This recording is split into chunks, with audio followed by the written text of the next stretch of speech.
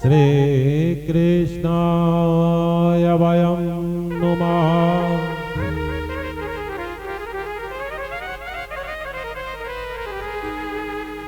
लंबोदरं परमसुन्दरमेकदन्तं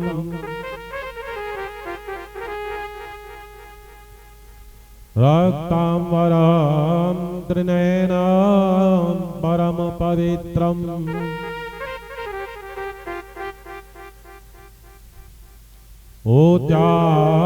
ऊत्यादिवाकर करोज्ज्वलकायकान्तं विघ्नेश्वरं सकलविघ्नहरं नमामि।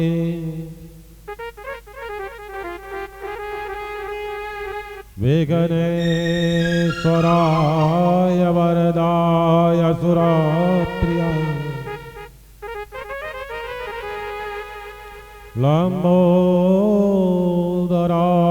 सकलाय जगद्दिताय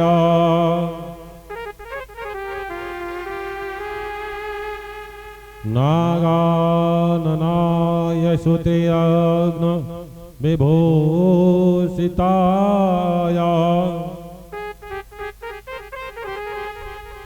गौरीसुताय गणनाथ नमो नमस्ते। मनोजवं वा ऋततुल्यवेगम्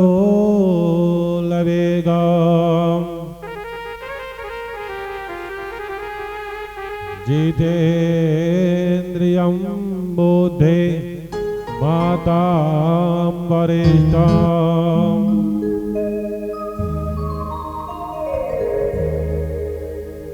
वातात्मजं वा नरयोऽद्यमुख्यं श्रीरामदूतं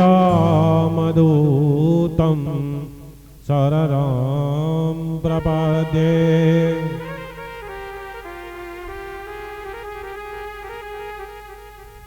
हे राम पुरुषोत्तम नरहरे नारायण केशवा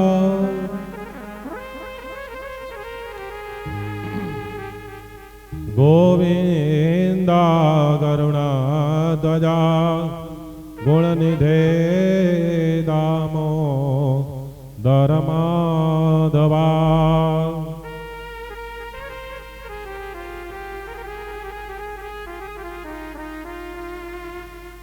हे कृष्ण कमलापते यदुपते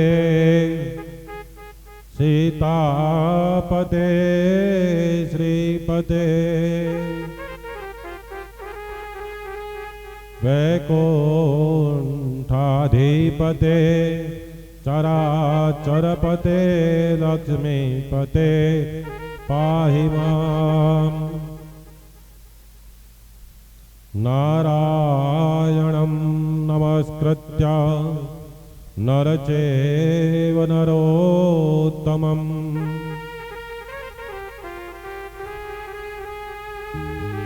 देवी सरस्वती व्यासं ततो जयमुदीरयेत्।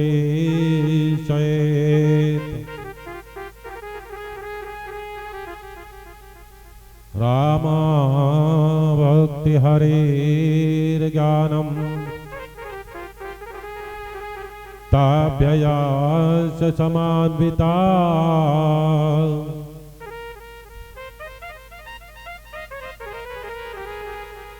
तां श्री भागवती गाथां वन्दे युगलस्वरूपिणीम्।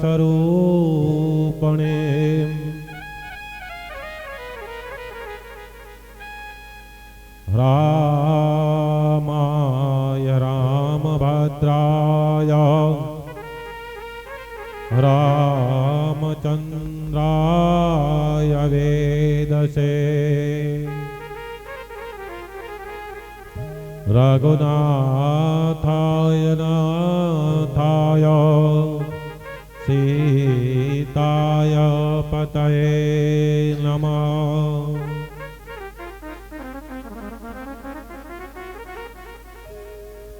राधे मेरी तुम मात हो, पिता मेरो घनश्याम।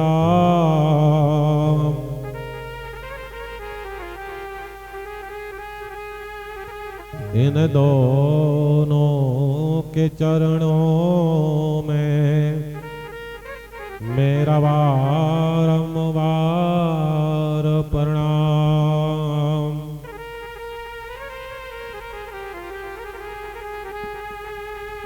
राधे मेरी स्वामिनी,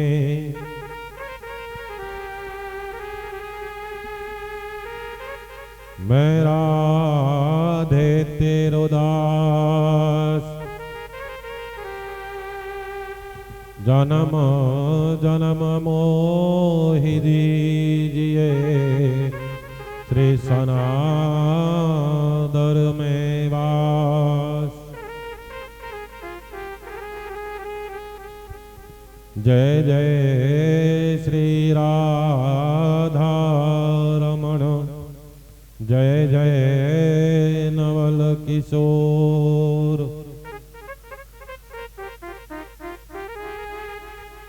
जय गोपचित चोर प्रभु, जय जय माखन चोर।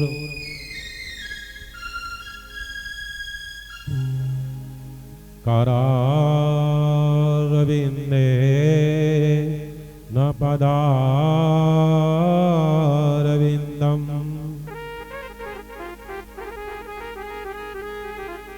मुखारविंदे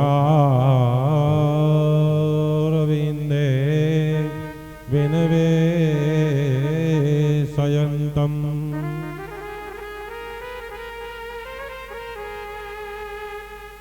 बटस्य पत्रस्य पोते शयनम्, बालं मुकुन्दं मनसा स्मरामि।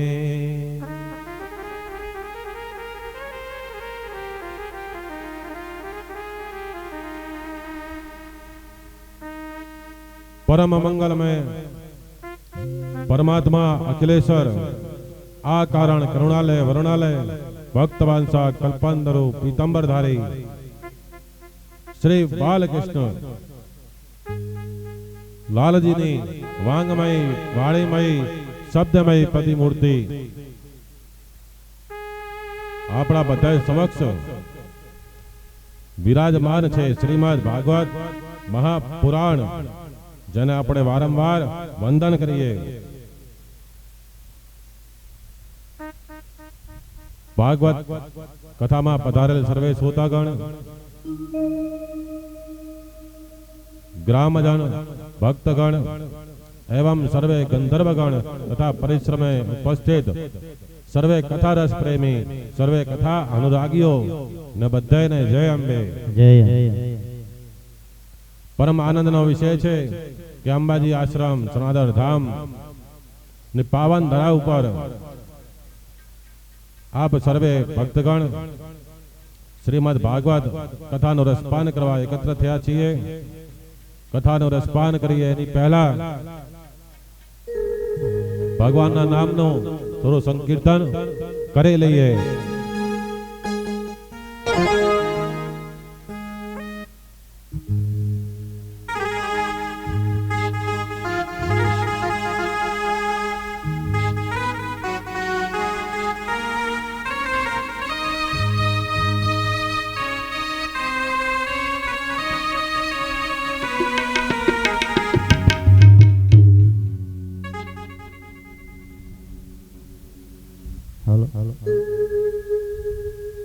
मधुरी मोरली तारी रे कन्हैया ले, मधुरी मोरली तारी।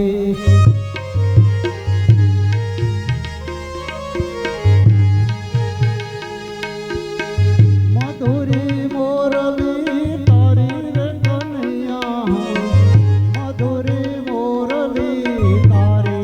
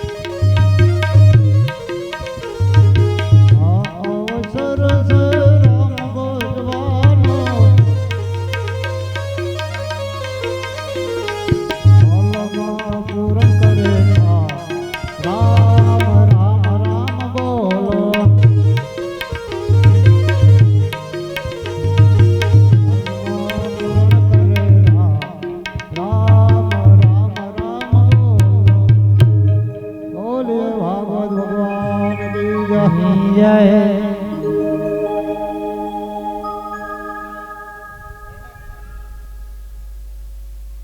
બોલે રાધા રમણ લાલ કી જય શ્રી ભાગવત ભગવાન કી જય. શ્રી વ્યાસ નારાયણ ભગવાન કી જય. શ્રી અંબે માત્ર કી જય.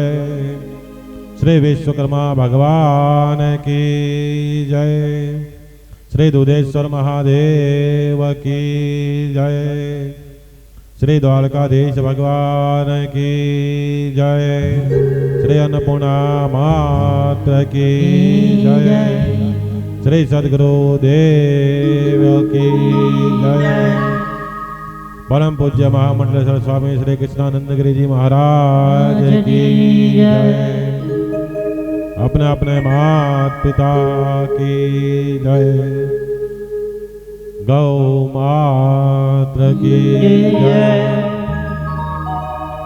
ओम नमः पार्वती पते હર હર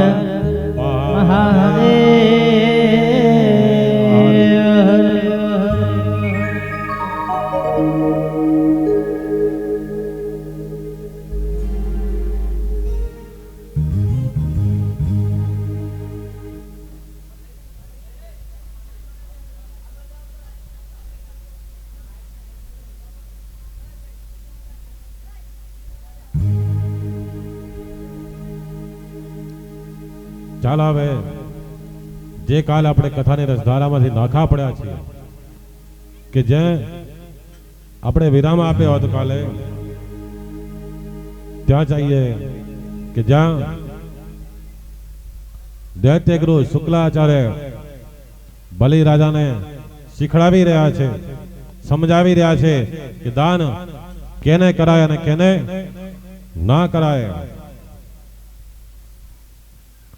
દરેક મનુષ્ય ધનનો એક ભાગ ધર્મને માટે રાખો, એક ભાગ મોજ શોખ માટે વાપરો, એક ભાગ કીર્તિ માટે વાપરો, એક ભાગ ભવિષ્યનો વિચાર કરી સંગ્રહ કરો. એટલે કે આવકનો 5મો ભાગ બચાવવો જોઈએ. 12 વર્ષ કાળ પરિવર્તન કરે છે. આજે જેથી આવક છે તેવી આવક કાયમ રહેવાની નથી. કળિયુગના છોકરાઓ મા બાપની સેવા કરતા નથી, પરંતુ તેમની પાસે રહેલા પૈસાની સેવા કરતા હોય છે. પૈસા હશે તો બધા સગા થશે. મનુષ્ય પોતાની વૃદ્ધ અવસ્થાને ખ્યાલ રાખવો જોઈએ. તે પોતાની મૂડીમાંથી એક ભાગનો સંગ્રહ વૃદ્ધ અવસ્થા માટે કરે તો ગડપણમાં છોકરાઓ પાસે માંગવાનો પ્રસંગ આવે જ નહીં. આ માટે એક ડોસાનો દ્રષ્ટાંત છે સમજવા માટે કે એક ડોસાને 4 દીકરા હતા. તે બધા પરણેલા. એકવાર ડોસા બીમાર પડ્યો. તેને લાગ્યો કે હવે મારું મરણ નક્કી છે. તેથી તેમણે પોતાની બધી મિલકત પોતાના 4 દીકરાઓમાં વહેંચી દીધી.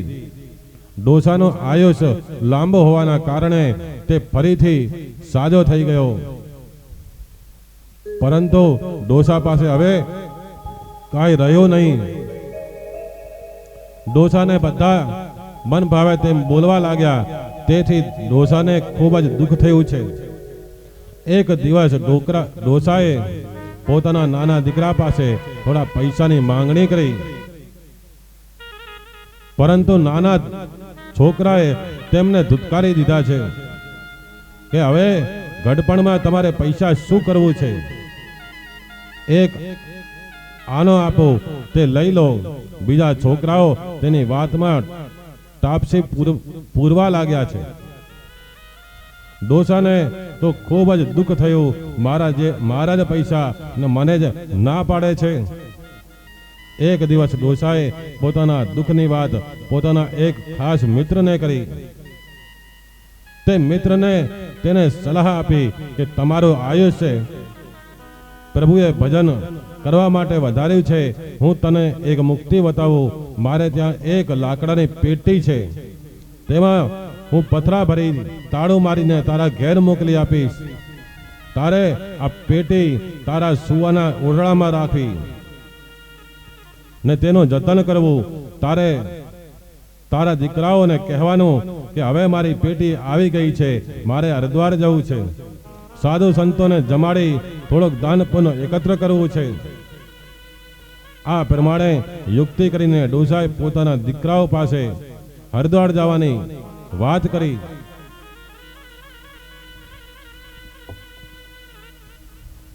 છોકરાઓને થયું જરૂર પેટીની અંદર 10-15 હજારનો માલ હશે. જો ડોસો બહાર જશે તો બેડફી નાખશે. ડોસો ઘરમાં રહેશે તો જ પેટી ઘરમાં રહેશે. દીકરાઓએ પિતાને એકલા હરિદ્વાર રહેવા જવાની ના પાડી.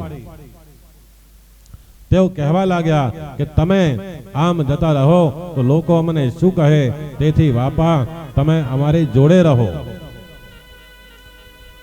આ દુનિયા સ્વાર્થી છે, છતાં જીવને વિવેક નથી. જીવ એવો દુષ્ટ છે કે તે ખોટું કરે છે, એને દુઃખ થતું નથી, પરંતુ ખોટું દેખાય તેનું તે દુઃખ કરે છે. દરેક દીકરો પોતાના મા બાપને પોતાની સાથે રહેવા દબાણ કરે છે. પુત્ર વધુઓ પણ ધનની લાલચે ડોસાની તન મન ધનથી સેવા કરે છે. રોજ ડોસાને રૂપિયા વાપરવા આપે છે. ડોસાને મિત્રે કહ્યું કે તું મરતા સુધી કોઈને આ પેટીની ચાવી આપીશ નહીં. તેથી ડોસો કોઈને પણ ચાવી આપતો નથી. હવે ડોસાના ભાવ વધી ગયા છે. એક દિવસે ડોસો ગુજરી ગયો. ડોસાના મૃત્યુની ખબર મળતા જ સગા વહાલાઓ છોકરાઓને આશ્વાસન આપવા લાગ્યા, તારા બાપા તો તમારા માટે ઘણું મૂકી ગયા છે, તેથી તમે ડોસાની અંતિમ ક્રિયા સારી પેટે કરજો.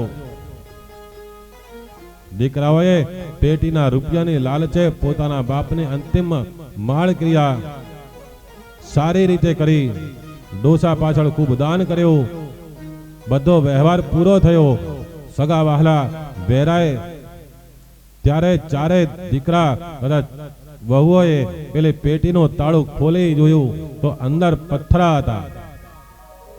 છોકરાઓ મા બાપની સેવા કરશે તેવી આશા રાખવાનો આ કાળ જ નથી. છોકરાઓ પરણે કે એમની બુદ્ધિ બગડે છે. કેટલાક તો મા બાપને અનાથ આશ્રમમાં મૂકી આવે છે. ભવિષ્યનો વિચાર કરીને થોડો સંગ્રહ કરજો. શુક્લાચાર્ય બલિરાજાને ઘણું સમજાવે કે છતાં બલિરાજા કહે છે કે મેં બામનને વચન આપ્યું છે, હવે ના પાડું તો જૂઠું બોલવાનું પાપ મને લાગે. આ સત્ય જેવું કોઈ પાપ નથી.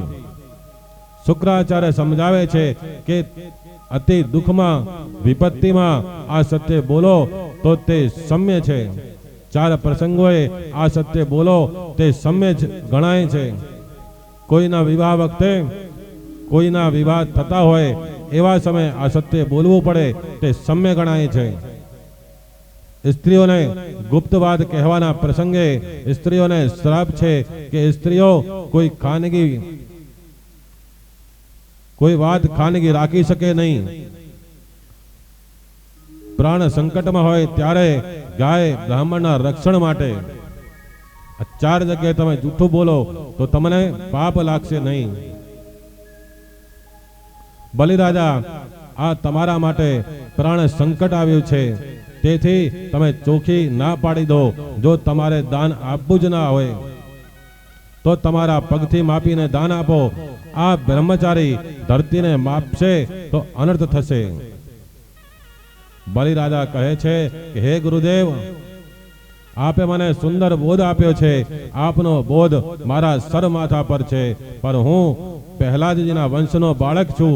અત્યાર સુધી તો હું માનતો હતો કે આ કોઈ બ્રાહ્મણનો છોકરો છે, પરંતુ જ્યારે આપે કહ્યું કે આ તો સાક્ષાત પરમાત્મા પધાર્યા છે, તે મારી પાસે માંગવા આપ્યા છે, તો હું મારા નારાયણને મારું સર્વસ્વ અર્પણ કરીશ, પછી ભલે હું દરિદ્ર થઉં, આવો સુયોગ ફરીથી મળે મને ક્યાં મળશે?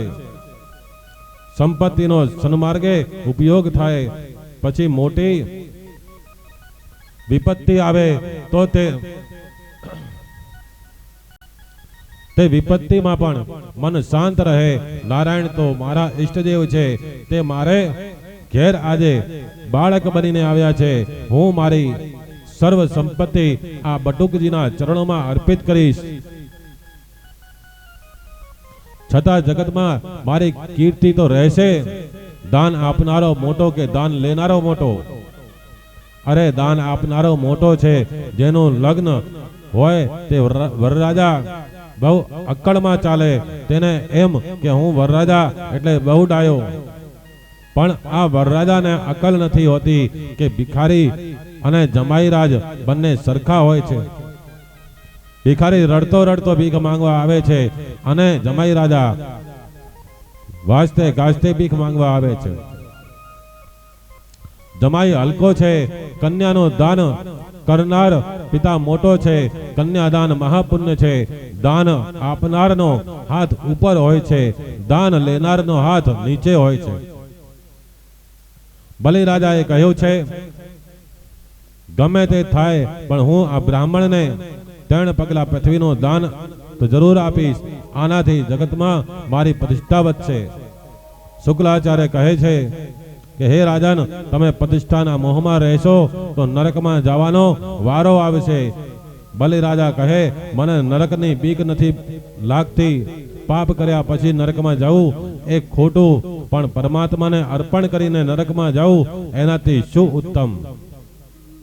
બ્રહ્મ સંબંધ થયા પછી નરકમાં જવું પડશે તો મારા ભગવાનને પણ મારી સાથે આવવું પડશે. બ્રાહ્મણને જ્યારે દાન આપવામાં આવે છે ત્યારે તેના શરીરમાં વિષ્ણુનું આવાહન કરવામાં આવે છે. ત્યારે આ તો સાક્ષાત મહાવિષ્ણુ મારે ઘેર પધાર્યા છે, તેમને અર્પણ કરવામાં મને ભલે નરકમાં પણ જવું પડે તે માટે હું તૈયાર છું. જીવ ડગો આપે છે પણ પ્રભુ તો અણીના સમયે દોડતા આવે છે. હું ભગવાનનો થઈશ અને ભગવાન મારા થશે. પછી હું નરકમાં જઈશ તો પણ ભગવાન મારી સાથે આવશે. તુકારામે કહ્યું છે કે ગર્ભવાસ થાય કે નરકવાસ થાય, પરંતુ મારો વિઠ્ઠલ જો મારી સાથે હોય તો ત્યાં હું જવા તૈયાર છું. તુકારામ ગર્ભવાસ માંગે છે કારણ કે તેમને ખાતરી છે કે હું જ્યાં જઈશ ત્યાં વિઠ્ઠલનાથ મારી સાથે આવશે. ગુરુજી, આપ દરેક સત્કર્મ કરતી વખતે મને સંકલ્પ કરાવો છો. અનેન કર્મણા ભગવાન પરમેશ્વર પ્રિયતામ નમઃ. અને બધું ફળ શ્રી કૃષ્ણ અર્પણ કરાવો છો, તો પછી શ્રી કૃષ્ણ આજે મારે ઘેર માંગવા આવ્યા છે તો હું કેમ ના પાડું? આપ કૃષ્ણ કૃપા કરીને દાનનો સંકલ્પ કરાવો. મારા ભગવાનને હું સર્વસ્વ અર્પિત કરીશ. શુક્લાચાર્યજી કહે છે કે તમને હું સંકલ્પ નહીં કરાવું. ત્યારે વામનજી કહે છે કે તમારા ગોરદાદા સંકલ્પ ના કરાવે તો હું સંકલ્પ કરાવીશ. હું બ્રાહ્મણનો પુત્ર છું, મને સંકલ્પ કરાવતા આવડે છે. પછી બલિરાજાના કહેવાથી વામનજી સંકલ્પ કરાવવા લાગે છે. તેઓ કહે છે કે જાળીમાંથી જળમાં હાથમાં લો, જાળીમાંથી જળ હાથમાં લો. શુક્રાચાર્યજી આ સહન થયું નહીં, તેથી તેઓ જાળીના નાળચામાં સૂક્ષ્મ રૂપે પ્રવેશ કરે છે, જેથી સંકલ્પ જળ જારીમાં બહાર નીકળે જ નહીં. વામનજી મહારાજ સમજી ગયા કે નક્કી શુક્લાચાર્ય જ જારીના નાળચામાં સૂક્ષ્મ રૂપે ભરાઈને બેઠા છે. વામનજીએ દર્ભની એક સળી લઈ જારીના નાળચામાં નાખી, તેથી સૂક્ષ્મ રૂપે રહેલા શુક્રાચાર્યની એક આંખ ફૂટી ગઈ છે. શુક્લાચાર્યના મનમાં કપટ હોય છે, જે કપટ કરે છે તેને ચપટ થાય છે. ભગવાન માંગવા આવ્યા છે છતાં પણ તેમના મનમાંથી દ્વૈત ભાવ જતો નથી. શુક્લાચાર્યજીએ વિચાર કર્યો કે વધારે વિઘ્ન કરીશ તો ભગવાન મને આંધળો કરી દેશે. મનુષ્ય જ્યારે સજા કરે છે ત્યારે નિષ્ઠુર થઈને કરે છે, જ્યારે પરમાત્મા સજા કરે છે ત્યારે બહુ દયા રાખીને કરે છે. તેથી વામનજીએ શુક્લાચાર્યની બે આંખો ફોડી નહીં, એક જ આંખ ફોડી છે. અહીંયા જયંતનો દૃષ્ટાંત છે કે રામાયણમાં જયંતની કથા આવે છે. જયંત એ ઇન્દ્રનો પુત્ર છે. તે કાગડો થઈને સીતાની પાસે આવ્યો. સીતાજી રામજીની પાસે બેઠા હતા. તેમણે આ કાગડો આવીને વારંવાર ચાંચો મારવા લાગ્યો. રામજી કાગડાનું આ અપકૃત્ય જોઈને ગુસ્સે થઈ ગયા. તેમણે તે કાગડા ઉપર તીર છોડ્યું. જયંત ગભરાઈને સ્વર્ગમાં પહોંચી ગયો, પણ કોઈએ એનું રક્ષણ કર્યું નહીં. સ્વર્ગમાં તેને કોઈએ આશરો પણ ના આપ્યો. અંતે જયંત શ્રી રામને શરણે આવ્યો. જયંતે સીતાજીનો આ સમય અપરાધ કર્યો હતો, છતાં શરણે આવેલા જયંતની ઉપર દયા રાખવા સીતાજીએ રામને વિનંતી કરી છે. આમ જયંતનો અપરાધ સમ્ય હતો, છતાં રામજીએ તેની એક આંખ ફોડી છે. વામનજી શુક્લાચાર્યની એક આંખ ફોડીને બોધ આપે છે કે તમે બ્રહ્મજ્ઞાની છો, તપસ્વી છો, પણ તમે બે આંખથી જગતને નિહાળો છો, એટલે તમારું જ્ઞાન વહી જાય. જ્ઞાનને ટકાવવું હોય તો એક જ આંખથી જગતને જુઓ. બે આંખથી જગતને જુએ એ જ વિષમતા, એક આંખથી જગતને જુએ એ જ સમતા. બધાને એક આંખથી જુઓ. શુક્રાચાર્યજી જારીમાંથી નીકળી ગયા. દાનનો સંકલ્પ પરિપૂર્ણ થયો. પરમાત્મનઃ પ્રિયતામ નમઃ. પછી તો વામનજી નું સ્વરૂપ ધીરે ધીરે વધવા લાગે છે. તેમણે વિરાટ સ્વરૂપ ધારણ કર્યું છે. વામનજીએ 1000 હાથ વાળું વિરાટ સ્વરૂપ પ્રગટ કર્યું છે. 1000 હાથ છે. વામનજી ના ચરણ ધરતીમાં અને તેમનું મસ્તક બ્રહ્મલોકમાં ગયું છે. તેમના શ્રી અંગમાં બધા દેવો ઋષિઓ દેખાય છે.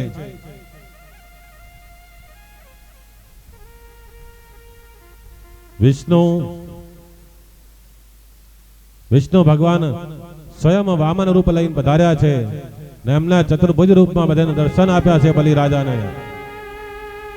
વિષ્ણુ વામન બની આવ્યા રે,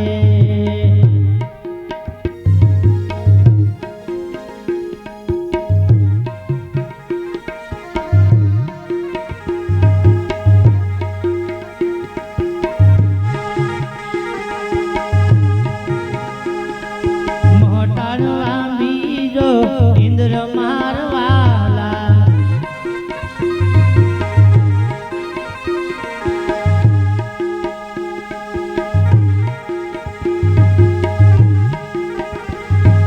વિષ્ણુ વામન બની આવ્યા રે.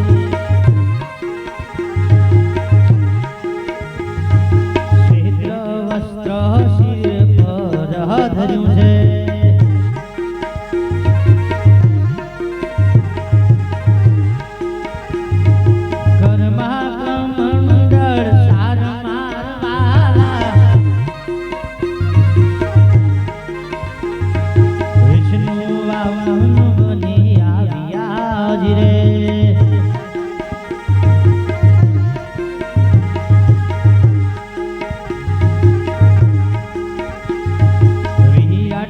મન થઈને ચાલ્યા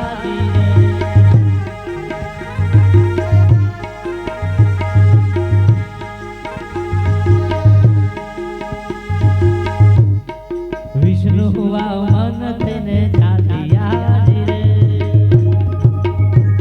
શ્રી ભાગવત ભગવાન કી જય. વામનજીએ આખું જગત વ્યાપી લીધું છે.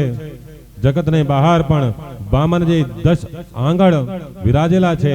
વેદમાં વર્ણન કર્યું છે કે પરમાત્મા જગતમાં સર્વ ઠેકાણે છે. અને જગતની બહાર 10 આંગળ છે. ભગવાનના બીજા સ્કંદમાં, ભાગવતના બીજા સ્કંદમાં વર્ણન આવે છે કે સર્વ પુરુષ એવેદમ ભૂતમ ભવ્ય ભવાશ્ચ યતઃ તેનેદમ આવૃતઃ વિશ્વ વિતષ્ઠિ સાધે તિષ્ઠતિ. વંદન 10 આંગળીથી થાય છે. વેદો પરમાત્માનું વર્ણન કરતા થાકી જાય છે. ભગવાને વારંવાર વંદન કરો. 2-3 મિનિટ થાય કે ઠાકોરજીના દર્શન કરી વંદન કરો, પરમાત્માનું સ્મરણ કરો. એવા એ જેવા હશે તેવા તમને દેખાશે. વિરાટ સ્વરૂપ ધારણ કરેલા વામનજીના એક જ ચરણમાં સમસ્ત પૃથ્વીનું રાજ્ય આવી ગયું. બીજા ચરણમાં બ્રહ્મલોક આવી ગયો. હવે ત્રીજો પગ મૂકવાની જગ્યા નથી. તે સમયે દૈત્યો વામનજી સાથે યુદ્ધ કરવા તૈયાર થયા છે. અમારા ધણીને છેતરે છે.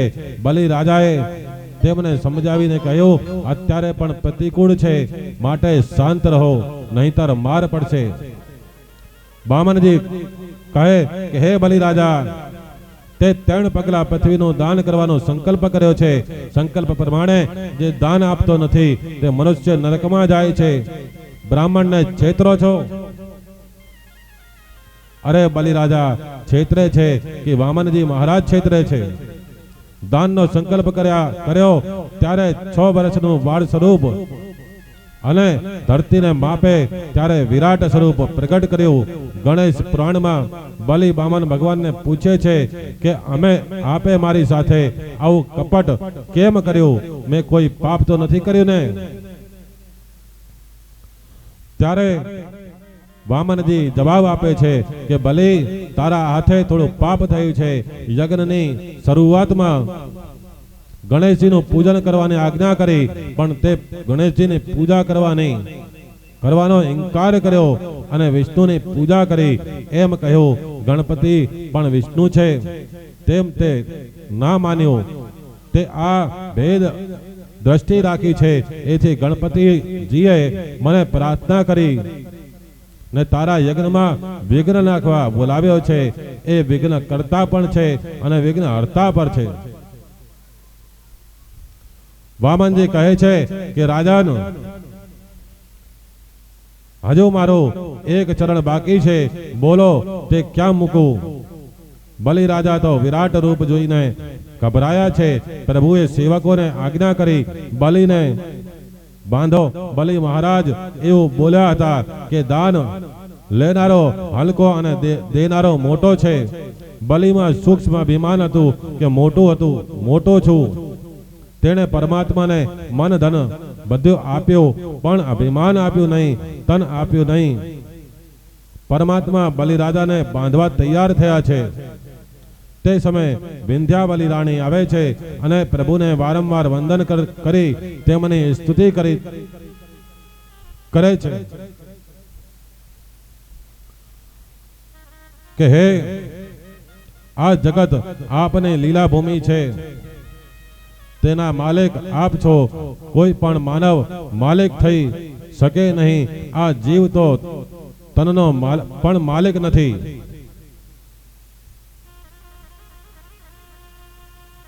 તો તે ધનનો માલિક કેવી રીતે બની શકે? માલિક તો પરમાત્મા છે. વિંધ્યાવલી રાણી કહે છે કે હે પ્રભુ, જે કઈ છે એ સર્વસ્વ તમારું જ છે. જે કઈ તીર્થ ધામ છે એ બધા તમારા ચરણોમાં અર્પિત કરેલા જ છે. અમારા પાસે કઈ હવે વધ્યું નથી.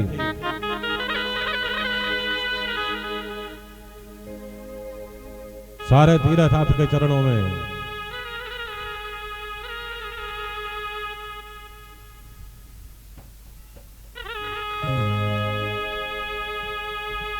सारे तीर्थ आपके चरणों में, हे गुरुदेव प्रणाम. सारे तीर्थ आपके चरणों में, गुरुदेव प्रणाम। तुम्हारे चरणों में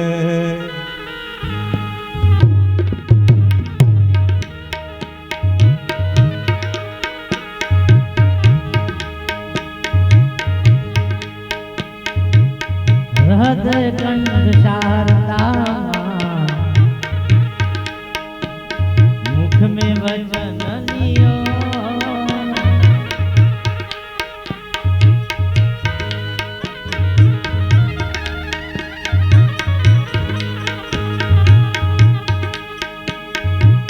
वचन सिद्ध हो जाता है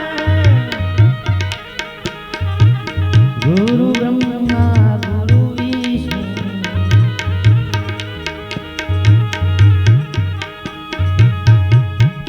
सारे तीर्थ आपके चरणों में गुरुदेव को प्रणाम।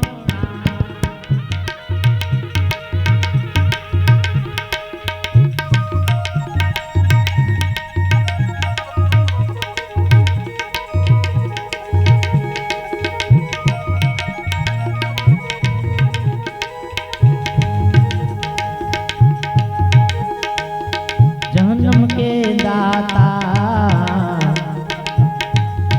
माता पिता है आप कर्म के दाता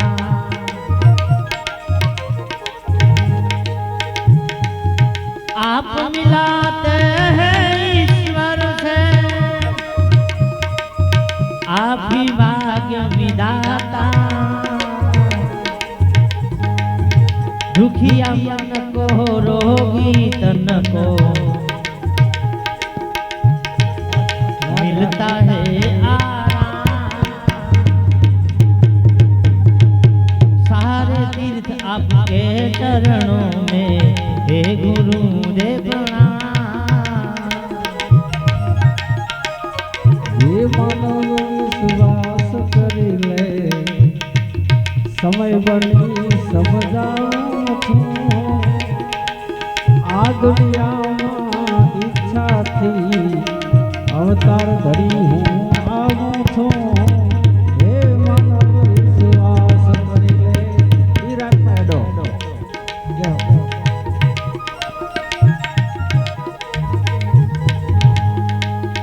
निर्बल बलवान बना दो मूर्खों को गुणवा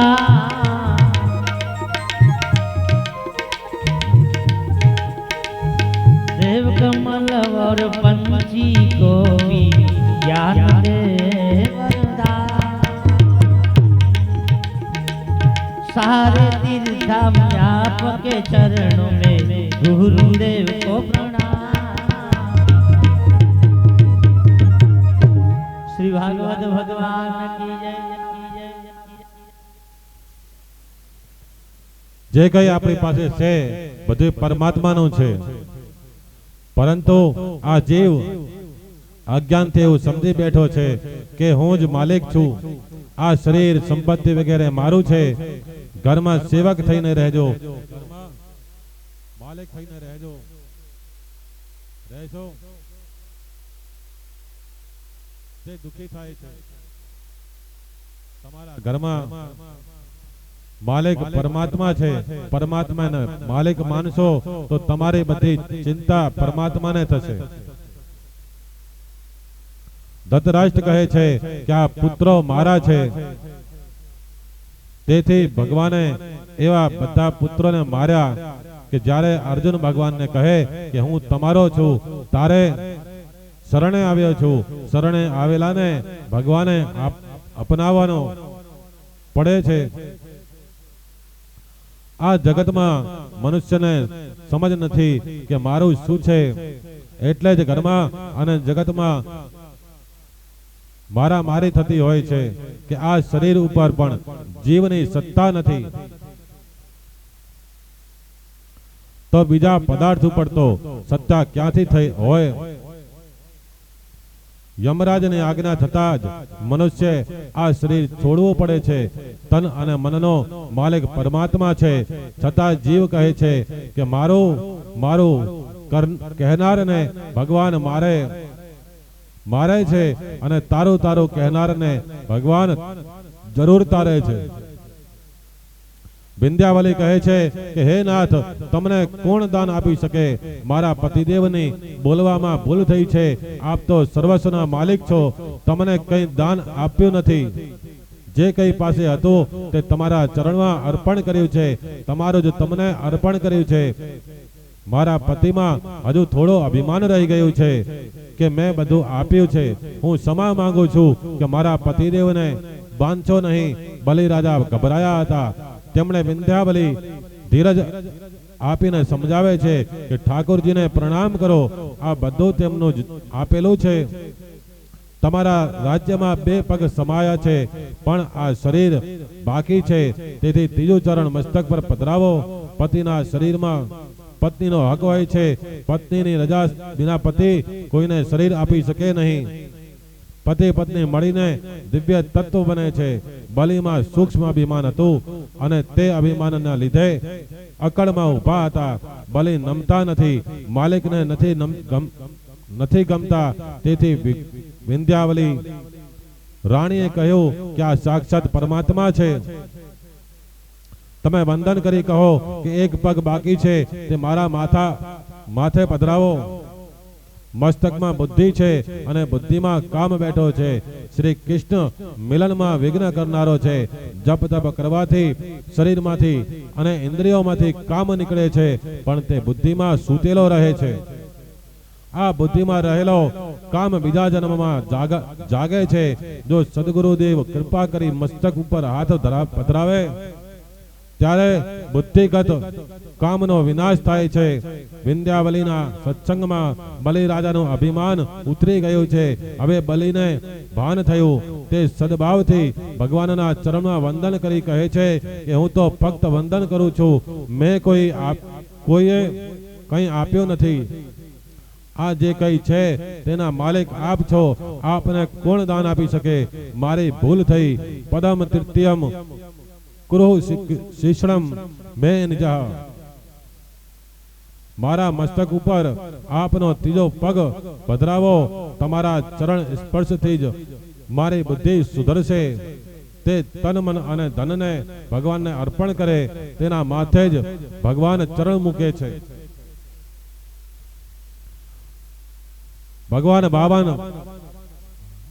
વામનજી બલિના મસ્તક ઉપર જેવા ચરણ પધરાવા જાય છે, ત્યાં જ બલિ રાજાના પિતામહે પ્રહલાદજી ત્યાં આવે છે. પ્રહલાદજી કહે છે કે હે વામન ભગવાન, આપે મારા પૌત્ર બલિને ઇન્દ્ર પદ આપેલું અને તે પાછું લઈ લીધું અને તેને લક્ષ્મીજીથી ભ્રષ્ટ કર્યો. તે તો આપે એના ઉપર મહાન અનુગ્રહ કર્યો છે એમ કહું માનું છું. એમ તો હું માનું છું. વામનજી પોતાને ત્રીજો ચરણ બલિ રાજાના મસ્તક ઉપર પધરાવે છે. બલિ બહુ ભાગ્યશાળી છે. દેવો ગંધર્વો બલિને ધન્યવાદ આપતા કહે છે કે પરમાત્માના ચરણ તેના માથે આવ્યા. દાન આપનારો દીન ના બને તો દાન સફળ થતું નથી. બલિ રાજામાં ધ્યાન આવ્યું ત્યારે પ્રભુનો હૃદય પીગળ્યું છે. પરમાત્મા બલિ રાજાને કહે છે કે તે મને સર્વસ્વનું દાન આપ્યું છે, એટલે હું તારો ઋણી થયો છું. આજથી સ્વર્ગનું રાજ્ય મેં ઇન્દ્ર આદિને આપ્યું. પાતાળનું રાજ્ય હું તમને આપું છું. તમે પાતાળમાં રાજ્ય કરો. હું તમારા દરેક દ્વારે પહેરો ભરીશ. બલિ રાજાએ સ્વર્ગના રાજ્ય કરતા આ સુતલ પાતાલનું રાજ્ય સારું ગણ્યું છે. કેમ કે અહીં ભગવાન સાનિધ્ય સતત રહે છે. ભગવાન કહે છે કે હું જેના ઉપર કૃપા કરું છું તેનો ધન હરી લઉં છું અને તેને નિર્ધન કરી મૂકું છું. કારણ ધનને લીધે મનુષ્ય મદાંધ બને છે, અભિમાની બને છે અને મદમાં મારું પણ અપમાન કરે છે અને લોકોનું પણ અપમાન કરે છે. ધન ઝૂંટવી લીધા સિવાય એના પર કૃપા કરવાનો બીજો કોઈ ઉપાય નથી. બલિએ જીવાત્મા છે, વામન એ પરમાત્મા છે. બલિ રાજાના ગુરુ શુક્રાચાર્ય એટલે કે શુક્રવીર્યનું રક્ષણ છે કરે એ સંયમી છે. જે બ્રહ્મચાર્ય પાળે છે તેને કોઈ મારી શકતું નથી, અને વામનજી બલિરાજાને પણ મારી શકતા નથી. જ્યારે કંસ વગેરેને માર્યા છે પણ બલિને મારતા નથી. બલિ નિષ્પાપ છે, સદાચારી છે, ભક્ત શુક્રની સેવા કરી બલિએ બંને ત્યારે ભગવાન આંગણે આવે છે. તમે બલિ થશો તો ભગવાન તમારા આંગણે પણ આવશે. બલિ બળવાન છે, બળવાન જ ભગવાનના માર્ગે જઈ શકે છે, પરંતુ બળવાન એટલે પહેલવાન નહીં. પણ જે અંદરના શત્રુઓને મારે, તે કામ, ક્રોધ, લોભ, મદ, મત્સરને મારે, તે જીવાત્મા બલિ ખૂબ બળવાન બને તો પરમાત્મા તમારે આંગણે આવે છે. શરીર બળ, બુદ્ધિ બળ, જ્ઞાન બળ કરતા પ્રેમ બળ સર્વશ્રેષ્ઠ છે. પ્રેમ બળ આગળ બધા વણ બળ નબળા પડે છે. પરમાત્માને જ્ઞાન બળ કે દ્રવ્ય બળથી નહીં, પણ પ્રેમ બળથી જીતી શકાય છે. જે જીવ પરમાત્મા સાથે પ્રેમ કરે છે તેને બીજા પદાર્થો પ્રત્યે પ્રેમ છૂટે છે. પરમાત્મા સાથે પ્રેમ કરો અને સંયમને વધારો તો તમે પણ બલિ જ થશો, અને તમારે ત્યાં પણ ભગવાન વામન સ્વરૂપે આવે છે. જે સદાચારી અને પવિત્ર જીવન ગાળે છે તેને ત્યાં ભગવાન ભિક્ષા માંગવા આવે છે. પરમાત્મા જ્યારે આંગણે આવે છે ત્યારે તે તન, મન અને ધન આ ત્રણ વસ્તુઓની માંગણી કરે છે, અને તેણે ઈશ્વરને સમર્પિત કરવા જોઈએ. જો તનથી સેવા કરશો તો શરીરનું દેહ અભિમાન ઓછું થશે. આ શરીરને બહુ લાડ કરશો નહીં. ભગવત સેવામાં, પરોપકારમાં શરીરને ઘસાવજો. જો ધનથી સેવા કરશો તો ધન ઉપરથી મમતા ઓછી થાય છે. લક્ષ્મી મારી નથી, લક્ષ્મી નારાયણની છે, એવો જો ભાવ રાખે તો કોઈ દિવસ લક્ષ્મીજી તમને નારાયણની ગોદમાં બેસાડે. જો પ્રભુએ ધન આપ્યું હોય તો ધનથી સેવા કરો. પરમાત્માની મનથી સેવા કરો. મનથી સેવા કરો તો સેવામાં થાક લાગશે નહીં. પ્રેમથી ભાવપૂર્વક સેવા કરો. કોઈ પણ કામ પ્રેમથી કરશો તો તમને થાક લાગશે નહીં. પ્રભુની સેવા, પૂજા કર્યા પછી જો થાક લાગે તો તે સેવા કરતો નથી, તે વેઠ ઉતારે છે. પ્રેમથી પ્રભુના નામનો જપ કરતા કરતા ભાવપૂર્વક સેવા કરો, તમને થાક નહીં લાગે. બલિ રાજાએ પરમાત્માને ધન અને મન આપ્યું, પણ તન આપ્યું ના હતું. જ્યારે બલિ રાજા તન અર્પણ કરે છે ત્યારે દેહાભિમાન અર્પણ કરે છે. સમર્પણ કર્યા પછી મેં આપ્યું છે તે ભૂલી જાઓ. કોઈ પણ સારું કામ કરો ત્યારે છેલ્લો સંકલ્પ કરી પરમાત્માના પ્રિયતામ નમઃ બોલીને પણ પાણી છોડવાનું છે. એટલે કે મેં કર્યું જ નથી. દાન આપ્યા પછી જેને યાદ આવે છે મેં આપ્યું છે તેનું દાન કૃષ્ણ અર્પણ થતું નથી. તમે કોઈને આપો ત્યારે શ્રી કૃષ્ણનું સ્મરણ કરતા એવી ભાવના રાખો કે મારા બાલકૃષ્ણ આપે છે, આ બધું લાલાનું છે. જ્યારે તમે આપો ત્યારે લેનારમાં પણ પરમાત્માના દર્શન કરીને આપો. જ્યારે તમે આપો ત્યારે શ્રી કૃષ્ણ આપે છે એવી ભાવના સાથે આપવાથી દાનનું 1000 ગણું ફળ મળે. દાન લેનાર ભગવાન અને દાન આપનાર પણ ભગવાન. હું તો હાથ જોડીને ઊભો છું, એવા સદભાવથી દાન આપજો. પરમાત્માને જે તન, મન અને ધન અર્પણ કરે છે તેના શરીરની દરેક ઇન્દ્રિયોનું પરમાત્મા રક્ષણ કરે છે, અને તેની એક એક ઇન્દ્રિયના દ્વાર પર ભગવાન પહેરો ભરે છે. ભગવાનનો પહેરો હશે તો કામ અંદર આવશે નહીં. સૂતલ પાતાળના દ્વાર ઉપર વામન ભગવાન પહેરો ભરે છે. એકવાર રાવણ ફરતો પાતાળમાં બલિ સાથે લડવા આવે છે. તે સમય વામનજી દ્વાર પર પહેરો ભરે છે. વામનજીને તેને અંદર જવા દેતા નથી.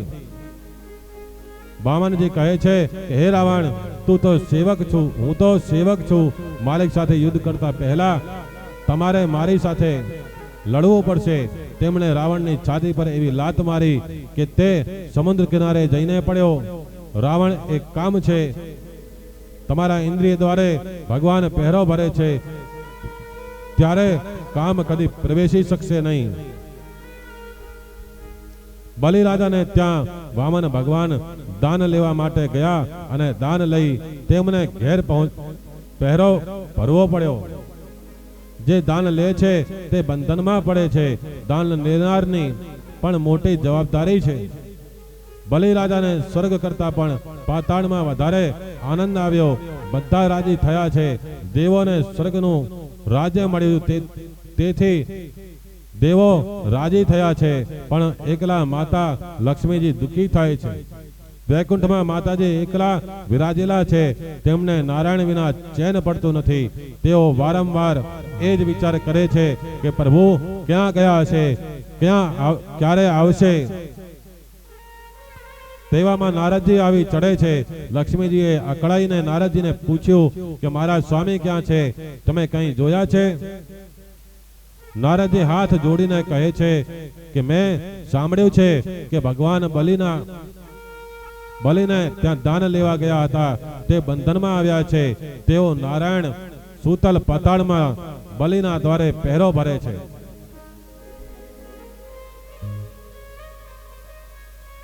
લક્ષ્મીજીએ પૂછ્યું, તેઓ ઘેર ક્યારે પધારશે? ત્યારે નારદજીએ કહ્યું કે એ તો બલિરાજા રજા આપે તો જ પધારશે. પરમાત્મા બલિરાજાને આધીન થયા છે. માતા લક્ષ્મીએ લીલા કરી બ્રાહ્મણ પત્નીનો વેશ ધારણ કરી સૂતલ પાતાળમાં આવ્યા છે. લક્ષ્મીજી બલિના દરબારમાં આવ્યા. જ્યાં નારાયણ વિરાજેલા છે ત્યાં વગર આમંત્રણે લક્ષ્મીજી પધારે છે. આજકાલ લોકો પૈસાની જ પાછળ પડે છે. લક્ષ્મીજી મહાન પતિવ્રતા છે. એકલા કોઈને ઘેર જાય નહીં, અને કદાચ જાય તો ધુવડ પર બેસીને જાય છે. તેને રડાવે છે. પરંતુ જેના ઘરમાં લક્ષ્મીજી નારાયણ સાથે પધારે છે ત્યાં બહુ શાંતિ આપે છે. માટે લક્ષ્મીને કહેજો, માં તમે એકલા નહીં પણ નારાયણને સાથે લઈને આવજો. જે પરમાત્માની પાછળ પડે છે લક્ષ્મીજી વગર આમંત્રણે તેના ઘેર ગરુડ પર બેસીને જાય છે. માં જેના ઘેર ગરુડ પર બેસીને જાય તેને બહુ શાંતિ મળે છે. બલિરાજા માતા લક્ષ્મીને ઓળખી શક્યા નહીં. બલિરાજાએ બહુ વિનયથી પૂછ્યું, તમે કોણ છો, કેમ આવ્યા છો? લક્ષ્મીજીએ કહ્યું કે હું બ્રાહ્મણની પત્ની છું. મારે માતા પિતા નથી ને કોઈ ભાઈ નથી. મેં સાંભળ્યું છે કે બલિરાજાને કોઈ બહેન નથી. હું તમારી ધર્મની બહેન થવા આવી છું. તમે મારા ધર્મના ભાઈ થાઓ. આ સાંભળી બલિરાજાને ખૂબ જ આનંદ થયો છે. તે કહે, આજથી હું તમારો નાનો ભાઈ થયો, તમે મોટી બહેન છો. આ તમારું પિયર માનજો. આ ઘરમાં જે કંઈ છે તે બધું તમારું છે. જરાય સંકોચ રાખશો નહીં. બલિરાજાને ત્યાં સાક્ષાત મહાલક્ષ્મીજીની પધરામણી થઈ. લક્ષ્મીજી વિરાજ્યા ત્યારથી આખું ગામ સુખી થઈ ગયું. બલિરાજાને પણ નવાઈ લાગે છે કે મોટી બહેન આવ્યા ત્યારથી હું સુખી થયો. બધા સુખી છે, આનંદમાં છે. પણ લક્ષ્મી માતાને ગમતું નથી. પોતાના નાથને સિપાહીની જેમ લાકડી લઈને દરવાજે ઉભેલા જોઈ ખૂબ દુઃખી થાય છે. પરંતુ પોતાના ધર્મના ભાઈ આગળ હસતું મોઢું રાખે છે. તે વિચારે છે કે એ બંધનમાં આવ્યા છે. કોઈ એવો અવસર આવે તો હું તેમને બંધનમાંથી છોડાવું. શ્રાવણ માસની પૂર્ણિમા આવી. રક્ષાબંધનના દિવસે લક્ષ્મીજીએ બલિરાજાને હાથે રક્ષા બાંધી. બલિ બહુ ભાગ્યશાળી છે. જગત માતા લક્ષ્મી તેના હાથ પર રાખડી બાંધે છે. બલિરાજા તેને પ્રણામ કરે છે. તેમના મનમાં થયું કે મારે બહેનને કંઈ આપવું જ જોઈએ. બલિરાજા માતાજીને કહે કે તમારા ઉપર હું ખૂબ જ પ્રસન્ન થયો છું. તમારી જે ઈચ્છા હોય તે માંગી લો. માંગવામાં જરાય સંકોચ રાખશો નહીં. લક્ષ્મીજી કહે છે કે મને માંગવાની ઈચ્છા છે, પરંતુ માંગતા સંકોચ થાય છે. બલિ રાજા કહે કે તમારે ત્યાં ના હોય તે માંગો. લક્ષ્મીજી કહે કે મારા ઘરમાં બધું જ છે, મારે એક વાતની ખોટ છે, તેના વગર મને ચેન પડતું નથી. મને તમારે ત્યાં જે પહેરો ભરે છે તે જોઈએ છે, તેને મુક્ત કરો. બલિ રાજા કહે એ તમારા શું સગા થાય છે? ત્યારે લક્ષ્મીજી કહે છે કે એ મારા સર્વસ્વ છે, મારા નારાયણ છે, અને ત્યાં જ ભગવાન નારાયણ ચતુર્ભુજ સ્વરૂપે પ્રગટ થાય છે. બોલો પૂર્ણ પુરુષોત્તમ ભગવાન કી જય. રક્ષાબંધનના શુભ દિવસે લક્ષ્મીજી નારાયણ સાથે વૈકુંઠ ધામમાં પધારે છે. તેથી આ દિવસે રામાનુજાચાર્ય પંથના મંદિરોમાં પાટોત્સવ કરાય છે. પરમ પવિત્ર વામન ચરિત્રની કથા વક્તા શ્રોતાઓના પાપને બાળનારી છે. પિતૃતિથિના દિવસે આ વામન ચરિત્રનો પાઠ કરવામાં આવે તો પિતૃઓને સદગતિ મળે છે. અષ્ટમ સ્કંદના 23મા અધ્યાયમાં વામન ચરિત્રની સમાપ્તિ બાદ 24મા અધ્યાયમાં મત્સ્ય નારાયણની કથા છે. અષ્ટમ સ્કંદનો આ છેલ્લો અધ્યાય છે. પરીક્ષિત રાજા પ્રશ્ન કરે છે, હે સુખદેવજી, અદ્ભુત કર્મ કરનારા ભગવાનને સૌ પ્રથમ માયા વડે મત્સ્ય અવતારની લીલા કરી કુર્મ કે મત્સ્યના જે ગુણ દોષ છે તે પરમાત્મામાં આવતા નથી. પરમાત્મા કુર્મ બને કે મત્સ્ય બને છતાં પણ એ સદા ઈશ્વર જ છે. જ્યારે જીવ પશુનો જન્મ ધારણ કરે છે ત્યારે પશુના ધર્મો તેનામાં આવે છે.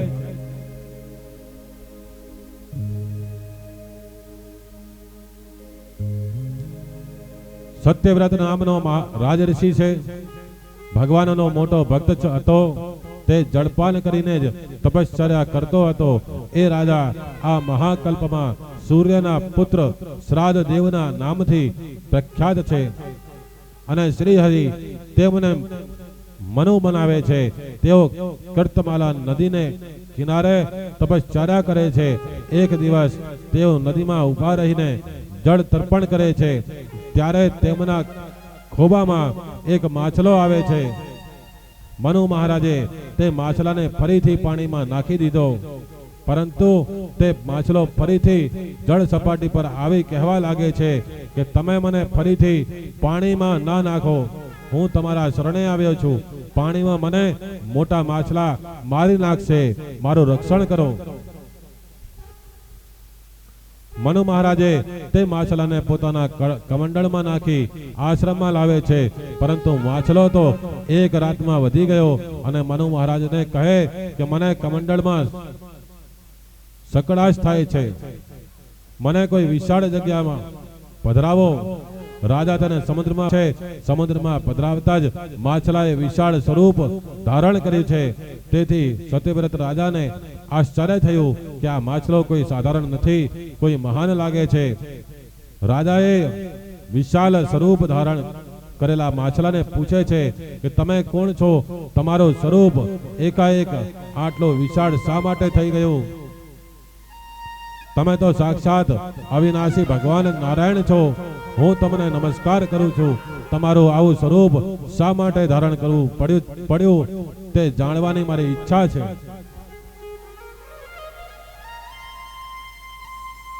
ભગવાન મત્સ્ય નારાયણ કહે છે કે હે સત્યવ્રત, હું આ સ્વરૂપે તારું કલ્યાણ કરવા આવ્યો છું. આજથી 7 દિવસ પછી પ્રલય થવાનો છે.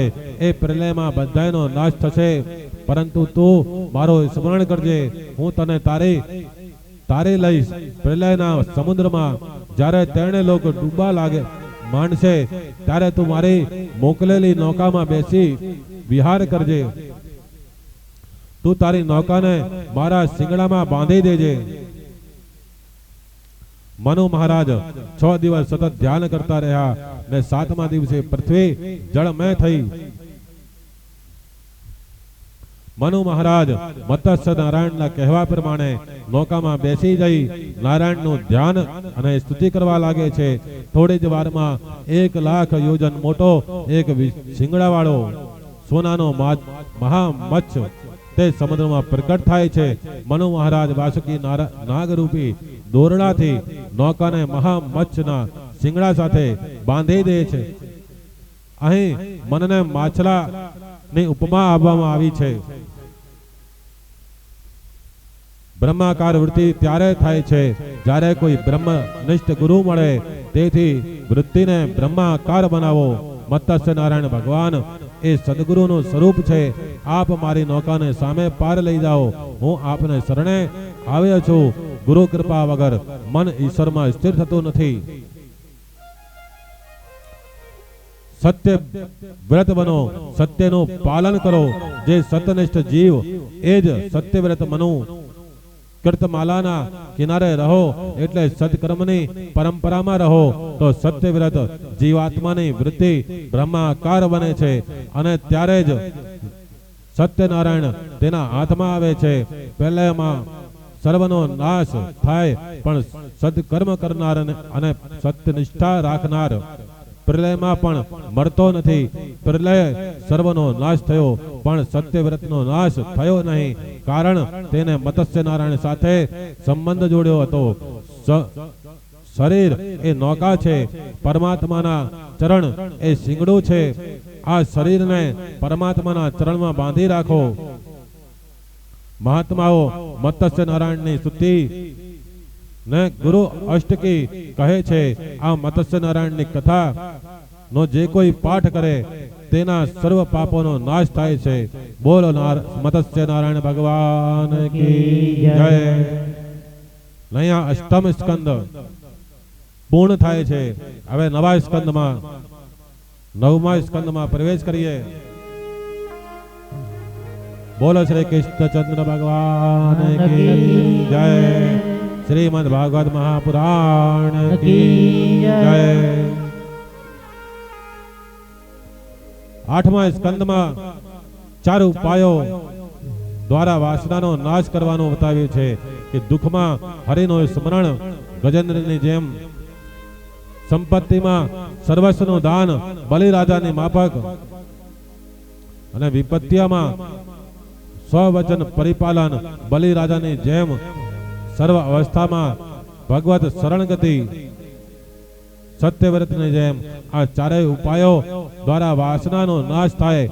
તો વાસનાને પ્રભુ માર્ગી વાળીએ તો તે વાસના જ ભક્તિ બને છે. રાસ લીલામાં પ્રભુને મળવું છે, પણ વાસનાનું આવરણ હોય તો મિલનમાં આનંદ આવતો નથી.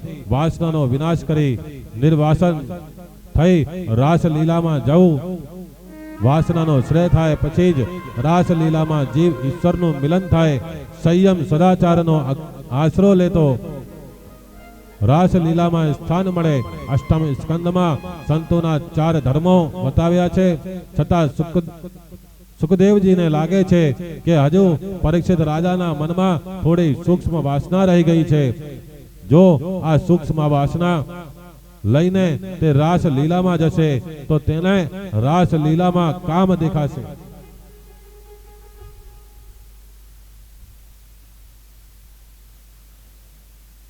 કેટલાક લોકોને રાસ લીલામાં શંકા થાય છે. માનવ અકલ્પ બુદ્ધિથી રાસ લીલાનો વિચાર કરવા જાય છે, એને કુભાવ આવે છે. રાસ લીલા નિર્દોષ લીલા છે. આ કથા ગંગા કિનારે થઈ છે ને કથા કરનાર સુખદેવજી મહારાજ છે તે નહીં. રાજા પરીક્ષિતના મન અને બુદ્ધિને શુદ્ધ કરવા 9મા સ્કંદમાં સૂર્યવંશ અને ચંદ્રવંશનો ઇતિહાસ લીધો છે. સૂર્ય બુદ્ધિના માલિક છે, જ્યારે ચંદ્ર મનના માલિક છે.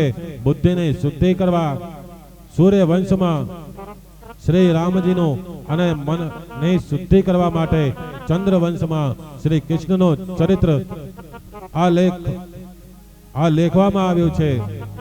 સૂર્યવંશમાં રાજાધિરાજ શ્રી રામ પ્રગટ્યા છે. ચંદ્રવંશમાં શ્રી કૃષ્ણ પ્રાગટ્ય થયું છે. શ્રી રામ મર્યાદા પુરુષોત્તમ છે. જે વક્તા શ્રોતા પ્રભુની ધર્મ મર્યાદાનું બરાબર પાલન કરે તે જ શ્રી કૃષ્ણ લીલાનું રહસ્ય સમજી શકે. તેથી શ્રી રામ પહેલા આવે છે, પછી શ્રી કૃષ્ણ આવે છે.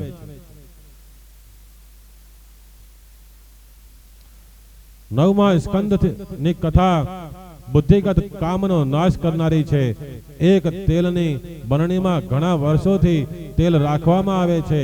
આ બરણીમાંથી તેલ ખલાસ થતા તેને 4 થી 5 વખત ધોવામાં આવે છે, પરંતુ તેની ચિકાસ જતી નથી.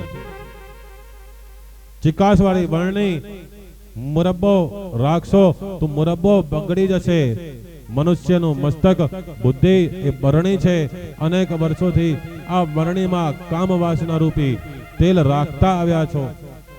હવે એ બુદ્ધિ રૂપી પાત્રમાં શ્રી કૃષ્ણ રૂપી રસ રાખવાનો છે.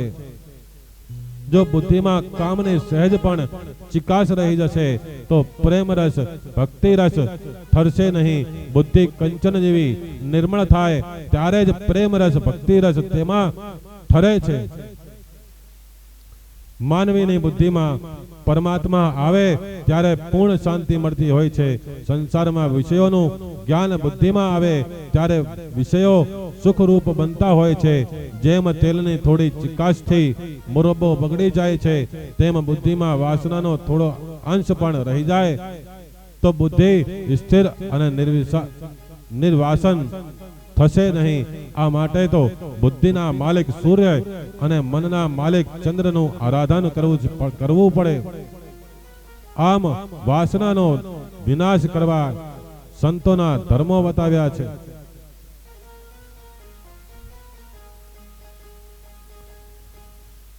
સુખદેવજીના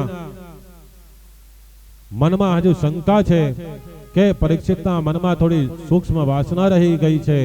રાજાને રાસલીલામાં લઈ જવા છે. મરતા પહેલા પરમાનંદ આપવો છે. બુદ્ધિ માં વાસના કામ વાસના હશે તો તેને શ્રી કૃષ્ણના દર્શન થશે નહીં. તેથી બુદ્ધિમાંની વાસનાનો પૂર્ણ વિનાશ કરવા માટે જ તેમને સૂર્યચંદ્ર વંશની કથા સંભળાવી છે. ભાગવતમાં શ્રી કૃષ્ણની કથા અનેક વાર આવે છે. રામ ના આવે ત્યાં સુધી શ્રી કૃષ્ણ આવતા નથી. કોઈ પણ સંપ્રદાયને માનો, પણ જ્યાં સુધી રામજીની મર્યાદાનું પાલન નહીં કરો ત્યાં સુધી આનંદ મળતો નથી. રામજીની મર્યાદાનું પાલન એટલે કે રામજીના જેવું વર્તન રાખો. મનુષ્યને થોડી સંપત્તિ અધિકાર મળે એટલે તે મર્યાદાને ભૂલી જાય છે, પણ રામજીની મર્યાદાનું પાલન કરો. રામના જેવું તમારું વર્તન રાખો. રામજીની મર્યાદા આપણી મર્યાદા બની શકે એ એનું મહત્વ છે. શ્રી રામ અને શ્રી કૃષ્ણ ની સરખામણી અહીંયા આવી છે કે શ્રી રામનું ચરિત્ર સર્વથા અનુકરણીય છે. શ્રી રામને પધરાવશો તો અવશ્ય ભગવાન મળશે. અનુકરણ શ્રી રામની લીલાનું કરવાનું છે. જ્યારે શ્રી કૃષ્ણ લીલાનું અનુકરણ કરવાનું નથી, પરંતુ તેનું શ્રવણ કરવાનું છે. કૃષ્ણ લીલા ચિંતન કરવા માટે, ચિંતન કરી તન્મય થવા માટે છે. શ્રી રામ કરે તે કરવાનું અને શ્રી કૃષ્ણ જે કહે તે કરવાનું. શ્રી રામ પૂર્ણ પુરુષોત્તમ હોવા છતાં મનુષ્યને આદર્શ બતાવે છે. શ્રી રામનો માતૃ પ્રેમ, પિતૃ પ્રેમ, બંધુ પ્રેમ, તેમનું એક પત્ની વ્રત વગેરે સંગણું જીવનમાં ઉતારવા જેવું છે. રામાયણમાં દરેક પાત્રનું આદર્શ ચરિત્ર છે. શ્રી રામજીનો માતા પ્રત્યેનો પ્રેમ, સીતાજીનો રામ પ્રત્યેનો, ભરત તેમજ લક્ષ્મણનો ભાઈ પ્રત્યેનો પ્રેમ આદર પાત્ર છે. શ્રી કૃષ્ણ કહે છે તે કરવાનું, તે જે કરે તે આપણાથી થતું નથી. શ્રી કૃષ્ણે તો રમતા રમતા કાલિય નાગને પણ નાથ્યો છે અને તેની ઉપર નાચ્યા પણ છે. તેમણે ટચલી આંગળી ઉપર ગોવર્ધન પર્વતને ઉચક્યો છે. શ્રી કૃષ્ણ માખણની ચોરી કરે છે, સાથે તે પૂતનાનું ઝેર પણ પી જાય છે. શ્રી કૃષ્ણના ચરિત્રનું અનુકરણ કરવું હોય તો પૂતના ચરિત્રથી કરજો. તમે ઝેર પચાવ્યા પછી જ કૃષ્ણ ચરિત્રનું અનુકરણ કરજો.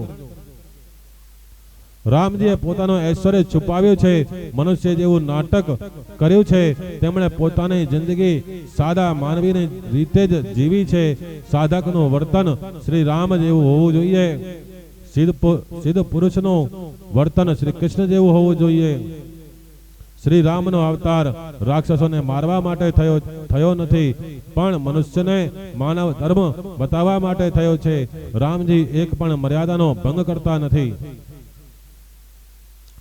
શ્રી રામની લીલા સરળ છે, તેમની બાલ લીલા પણ સરળ છે. જ્યારે શ્રી કૃષ્ણની લીલા ગહેન છે, અટપટી છે. શ્રી રામે તો સરળતાની હદ વટાવી દીધી છે. શ્રી રામ જેવો સરળ પુરુષ જગતમાં કોઈ થયો નથી. સીતાજીએ અગ્નિ પરીક્ષા આપી છે, છતાં પણ એક ધોબીના કહેવાથી શ્રી રામે સીતાજીનો ત્યાગ કર્યો છે. આમ કરીને શ્રી રામે જગતને આદર્શ બતાવ્યો છે કે રાજાનું વર્તન કેવું હોવું જોઈએ. સીતાજીએ પણ પોતાનો સ્ત્રી ધર્મ જરૂર બતાવ્યો છે. મારા પતિ એ મારા પરમેશ્વર છે.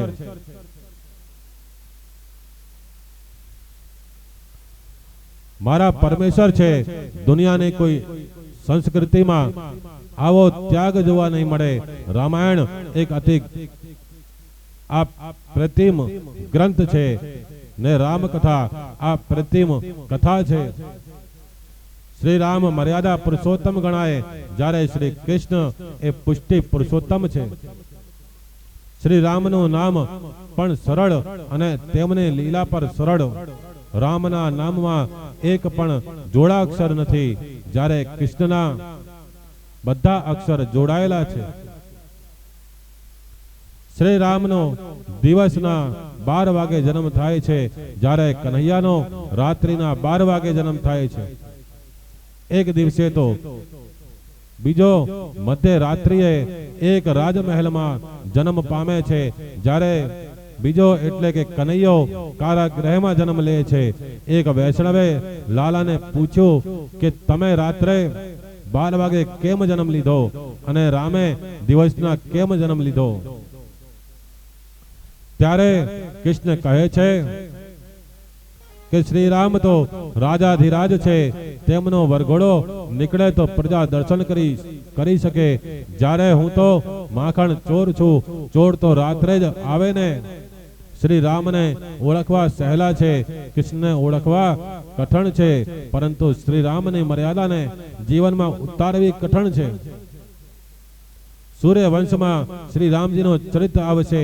રામ એ મર્યાદા અને કૃષ્ણ એ પ્રેમની મૂર્તિ છે. તેથી જીવનમાં મર્યાદા અને પ્રેમ બંને ઉતારશો તો સુખી થશો.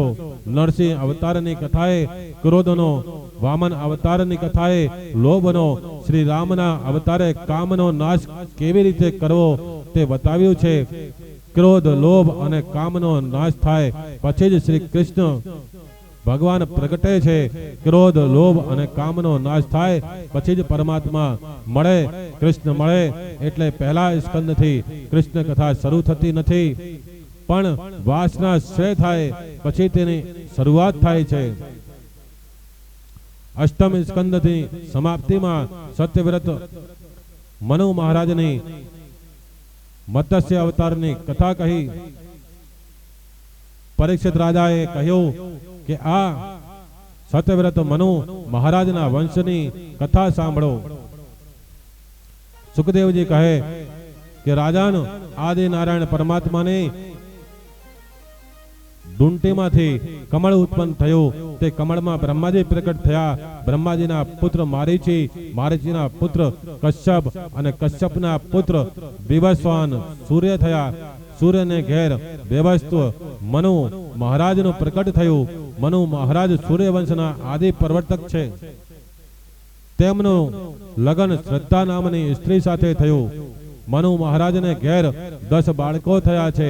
તેમના નામ ઈશ્વકુ, નર્ગ, સરયતિ, દિષ્ઠા, દ્રષ્ટ, કરુષ, નરિષ્યંત, પ્રશંત, નભંગ અને કવિ. દિષ્ટાના વંશમાં મરુત નામનો ચક્રવર્તી રાજા થયેલો. મરુતના ગુરુ તેજ ઇન્દ્રના ગુરુ બૃહસ્પતિ હતા. મરુત રાજાને એકવાર યજ્ઞ કરવાનો હતો. તેમાં પૂજન કરવા માટે બૃહસ્પતિએ ના પાડી. કુલગુરુનું પૂજન દરેક કાર્યની પહેલા થવું જોઈએ. હવે કરવું શું? એકવાર મારુતને નારદજી મળ્યા. મારુતે નારદજીને પોતાની હકીકત જણાવી. ત્યારે નારદજીએ મારુતને કહ્યું કે તું બૃહસ્પતિના નાના ભાઈ સંવ્રતને બોલાવ. તે પણ ગુરુ જેવા જ ગણાય. યજ્ઞ તો કરો જ. રાજા કહે સંવ્રત યોગીનો કોઈ પત્તો જ નથી. નારદ કહે કે સંવ્રત યોગીનો પત્તો હું તમને બતાવીશ, પણ મારું નામ લેતા નહીં. અનેક વાર જ્ઞાની પુરુષોને સંસારની બીક લાગે છે. સંસારના સ્ત્રી પુરુષોની સંગ થાય તો બ્રહ્માકાર વૃત્તિનો ભંગ થાય છે. તેથી નારદજી આવી સાવધ વાણી ઉચ્ચારે છે. સાવ્રત યોગી રોજ એકવાર કાશી આવે છે. મહાપુરુષો ભજનમાં નિયમ રાખે છે. સંવ્રત કાશી વિશ્વનાથના દર્શન કરવા આવે છે. પણ રસ્તામાં કોઈ શવના દર્શન થાય તો તેને શિવરૂપ માની વંદન કરી પાછા ફરી જાય છે. શવમાં જ એમને શિવના દર્શન થઈ જાય છે. મારુત રાજા રાત્રે શવ લઈને બેઠા છે. ત્યાં અચાનક એક માણસ સૌને પગે લાગ્યો. તેથી મારુત રાજાને ખાતરી થઈ કે આ સંવ્રત યોગી જ છે. મારુત કહે તમે સંવ્રત છો, મારા ગુરુ છો, તમે બૃહસ્પતિના ભાઈ છો, એટલે તમે મારા ગુરુ થયા. બૃહસ્પતિ દેવનો ગુરુ થયા પછી મારા ઘેર આવતા નથી. મારે એક યજ્ઞ કરવાનો છે. તેમાં બૃહસ્પતિ ના આવતા તમે ગુરુ થઈને આવો. સંવ્રત કહે કે હું યજ્ઞ જરૂર કરાવીશ, પણ તમારું ઐશ્વર્ય જોઈને હું તમારો ગુરુ થવા તૈયાર છું. યજ્ઞ કરાવવા તૈયાર છું. તેવા સમય તું મારો ત્યાગ કરીશ તો હું તને તે જ ઘડીએ બાળીને ખાક કરી દઈશ. રાજા કબૂલ થયા. સાવ્રતે મારુત રાજાને મંત્ર દીક્ષા આપી ને યજ્ઞની શરૂઆત કરાવી. મારુત રાજાના યજ્ઞમાં સર્વ પાત્રો સોનામાં જોઈ બૃહસ્પતિ લલચાય છે. તે મારુતને કહેવડાવે હું યજ્ઞ કરાવવા તૈયાર છું. બૃહસ્પતિને ઇન્દ્રને અને ઇન્દ્રે અગ્નિ મારફત કહેવડાવ્યું બૃહસ્પતિને ગુરુ બનાવો, અને જો નહીં બનાવો તો ઇન્દ્ર યજ્ઞમાં વિઘ્ન કરશે. ત્યારે સામ્રત અગ્નિને કહે છે કે તું મારી આજ્ઞા વિરુદ્ધ જઈશ તો તને બાળી મૂકીશ. સંવ્રત યોગી આજ્ઞા કરે તે દેવ ત્યાં પ્રત્યક્ષ હાજર થઈ હવે ભાગ ગ્રહણ કરે છે. મારુતનો યજ્ઞ જેવો થયો તેવો કોઈનો થયો નથી અને થવાનો નથી. મનુ મહારાજના મોટા દીકરા વાકુના વંશમાં શ્રી રઘુનાથજી પ્રગટ થવાના છે.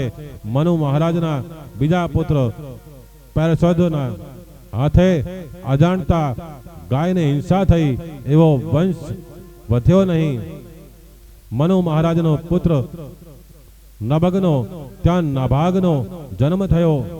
નાભાગ શિવનો ભક્ત હોવાથી તેમની કૃપાથી તેમને ત્યાં અંબરીશનો જન્મ થયો. અંબરીશ એ મર્યાદા ભક્તિના આચાર્ય છે. ભાગવતમાં કોઈ રાજાની કે કોઈ રાણીની કથા નથી. ભાગવતમાં પરમહંસોની કથા છે. અંબરીશ રાજા રાજમહેલમાં પરમહંસ જેવું જીવન ગાળે છે. પરમહંસ એટલે કપડા ભગવા કર્યા છે એવું નહીં, ભક્તિના રંગે ખૂબ રંગાયેલા છે. અંબરીશ જેવો ભગવાનનો મહાભક્ત કોઈ થયો નથી. તે પોતાના સર્વ અંગોનો ઉપયોગ પરમાત્મા માટે જ કરે છે. તેનો મન શ્રી કૃષ્ણના ચરણ કમળમાં, વાણી ભગવત ગુણોનું વર્ણન કરવામાં, હાથ હરિ મંદિરને સાફ શુભ કરવામાં, પગ ભગવાનના મંદિરોની પગપાળા યાત્રા કરવામાં, કાન ભગવાનની કથા સાંભળવામાં, આંખો મુકુંદ ભગવાનની મૂર્તિના દર્શન કરવામાં મસ્ત રહેતા. ભગવત સેવામાં જે શરીરને ઘસાવે છે તેનું દેહ અભિમાન ઓછું થાય છે.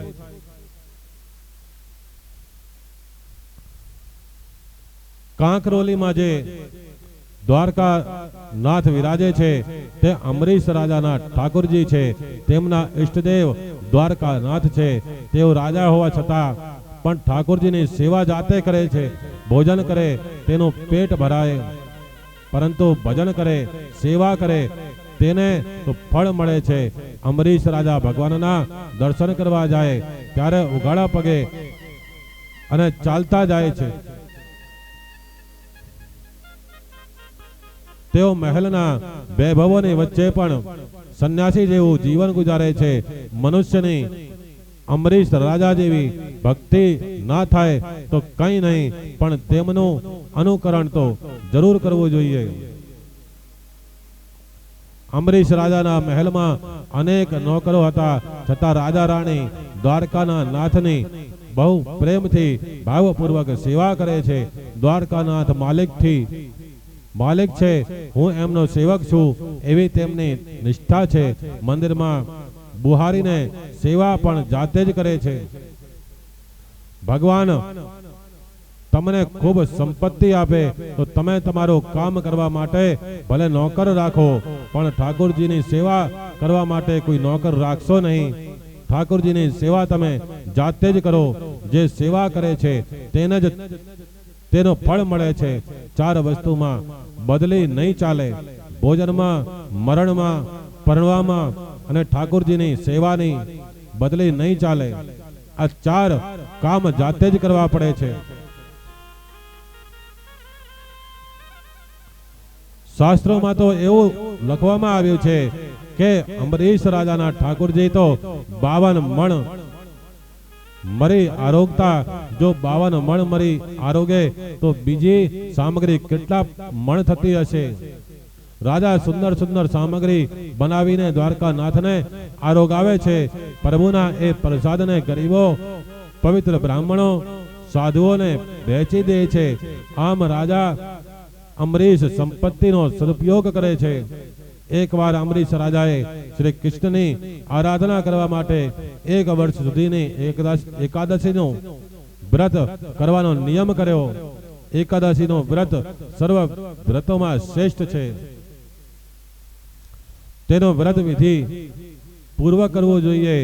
મને તો એકાદશીનો વ્રત નિર્જળા કરવું જોઈએ. જો તેમ ના થઈ શકે તો એકાદશી દૂધ ઉપર કરો, ફળ ઉપર કરો. એકાદશીના દિવસે બહુ ભૂખ લાગે તો 2-3 વાર દૂધ પીઓ. દૂધ અને ફળ ઉપર એકાદશી કરે તેને જ એકાદશીનું ફળ મળે છે. મોરીઓ અને કઢી ખાય તેને કશું ફળ મળતું નથી.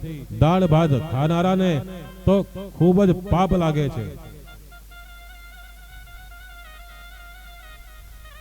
એકાદશીના 2 પ્રકાર છે: નિષેધ વ્રત અને પરિપાલન વ્રત. નિષેધ વ્રત અનાજ ખાવાથી દોષ ન લાગે તે માટે કરાય છે. એકાદશીના દિવસે વારંવાર સંયમ રાખીને ભક્તિ કરવી જોઈએ. એકાદશીનું વ્રત 3 દિવસનું હોય છે.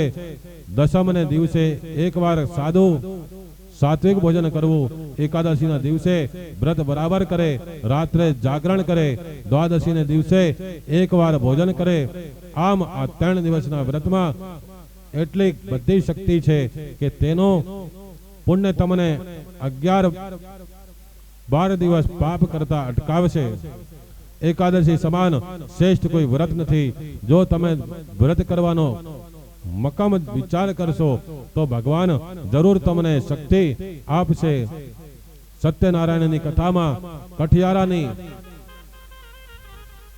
કથા આવે છે કે તેમાં કઠિયારાએ સંકલ્પ કરેલ છે, જો મને આજે મારા પૈસા મળશે તો હું સત્યનારાયણની કથા કરાવીશ. ભગવાને તેનો સંકલ્પ પરિપૂર્ણ કરી આપેલ સદકર્મમાં પરમાત્મા જરૂરથી સહાય કરે છે. જેને એકાદશીનું વ્રત ના કરવું હોય તો ભાગવતની કથા સાંભળવા જવું નહીં. કારણ કથા સાંભળ્યા પછી પણ જે એ વ્રત ના કરે તો તેને બહુ માર પડે છે, બહુ સજા થાય છે. આપણા શાસ્ત્રોમાં તો એવું લખ્યું છે કે એકાદશીના દિવસે અન્નદાન કરવું તે મહાન પાપ ગણાય છે. તે દિવસે અન્ન આપવું નહીં. અન્ન ખાનારને અને અન્ન ખવડાવનારને બંનેને પાપ લાગે છે. અન્નમાં સર્વ પ્રકારના પાપ આવીને વસે છે. વ્યભિચારનું, બ્રહ્મ હત્યાનું અને ચોરીનું પાપ એકાદશીને દિવસે અન્નમાં આવતું હોવાથી જે ખાય અને ખવડાવે તેને માથે પણ પાપ લાગે છે. એકાદશીના દિવસે જો તમારે ઘેર મહેમાન આવે અને મહેમાન કહે કે હું 11 કરતો નથી, તો મહેમાનને હાથ જોડીને જય શ્રી કૃષ્ણ કરીને કહેજો કે મારે ઘેર આવ્યા છો તો એકાદશી કરવી જ પડશે. ભલે તેને ખોટું લાગે, ફરી તે તમારા ઘેર આવશે નહીં. કેટલાક લોકો ચતુર્માસની એકાદશી કરે છે, પણ તેમની દાનત બગડે છે. ડાહી ડાહી વાતો કરે છે. અમે 4 મહિનાની 11 કરીએ છીએ. અરે 4 મહિનાની કરો છો તે ભગવાન ઉપર ઉપકાર કરો છો. 12 માસની એકાદશી કરો. 5 જ્ઞાનેન્દ્રિયો, 5 કર્મેન્દ્રિયો અને 11મો મન. આ 11 ઇન્દ્રિયોથી આખો દિવસ ભક્તિ કરો, પ્રવૃત્તિ કરો. પ્રવૃત્તિ ઓછી કરો. એકાદશીની રાત્રે શ્રી કૃષ્ણ પ્રભુના નામનો જપ વધારે કરો. પંઢરપુરમાં વિઠ્ઠલનાથજી મહારાજ એકાદશીની રાત્રે જાગરણ કરે છે. ઠાકોરજીના શયન થતા જ નથી. તુકારામ મહારાજ, એકનાથ મહારાજ શ્રી વિઠ્ઠલનાથજીની સન્મુખ ઊભા થઈને આખી રાત કથા કરે છે ને ઠાકોરજી સાંભળે છે. રાત્રે ભગવાનના નામનો જપ કરતા જાગરણ કરો, તમારા પાપ બળશે.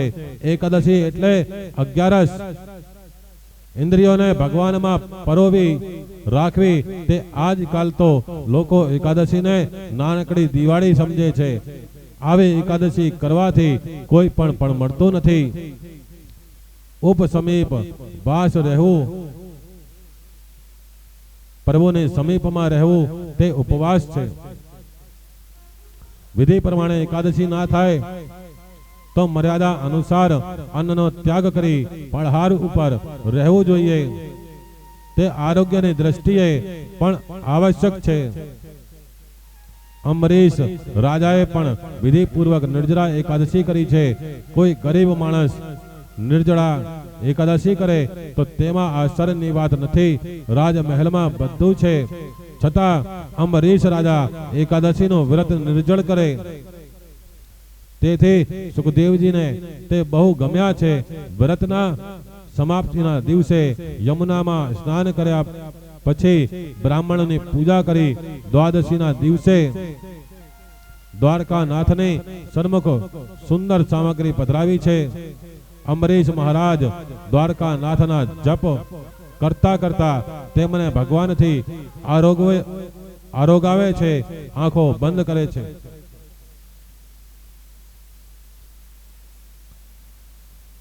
એ સમયે ઋષિ દુર્વાસા ત્યાં આવ્યા છે.